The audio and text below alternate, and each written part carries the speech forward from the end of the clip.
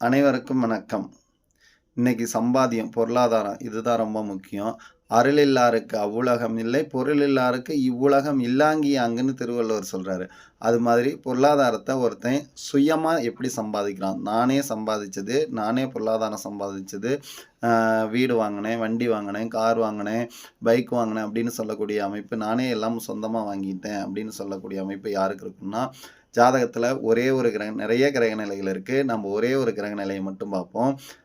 சந்திரன் ராசின்னு சொல்லக்கூடிய சந்திரன் நின்ன ஸ்தானாதிபதி, சந்திரனுக்கு 11ஆம் இடத்ததிபதியோடையோ, 2ஆம் இடத்ததிபதியோடையோ எந்த வகையிலயாவது சம்மந்தப்பட்டு நின்னு அது தசை நடத்துச்சுன்னா, அவங்க தான் சார் தான் சுயமா சம்பாதிச்சு வாழ்நிலையில முன்னுக்கு வந்தேன் அப்படின்னு சொல்லக்கூடிய அமைப்பு அவங்களுக்கு தான் சார் இருக்கும்.